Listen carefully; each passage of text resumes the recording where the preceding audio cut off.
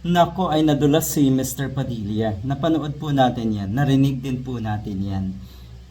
Marami siyang katanungan sa isa sa mga witnesses. Yun pong isang abogado rin na NBI investigator na napakagaling.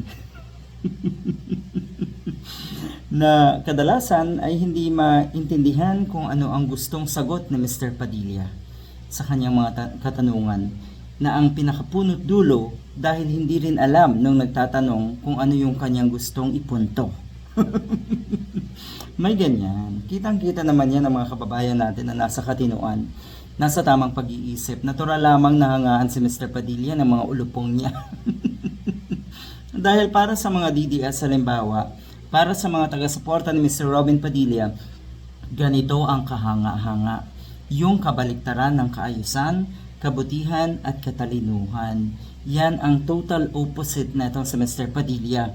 Kaya gustong gusto yan ng mga DDS. Ayaw na ayaw nila syempre kina Congressman Jervy Luistro sa ngayon.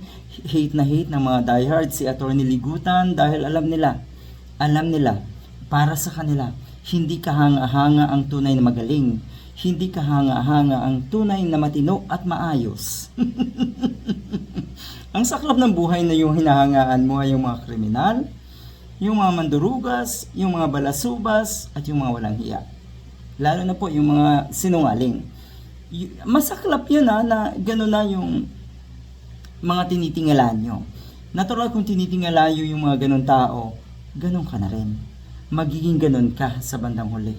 Ang sinasabi ngayon ni Mr. Padilla, inamin niya na siya daw ay komunista rin.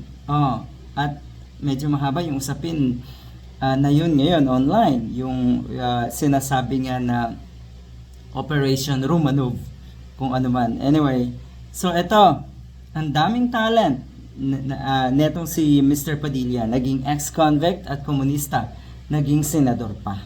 So nadulas siya napaamin siya. Kung naalala niyo po ang sinabi ni Digong na siya ay lumalaban or pupulbusin daw niya ang lahat ng komunista.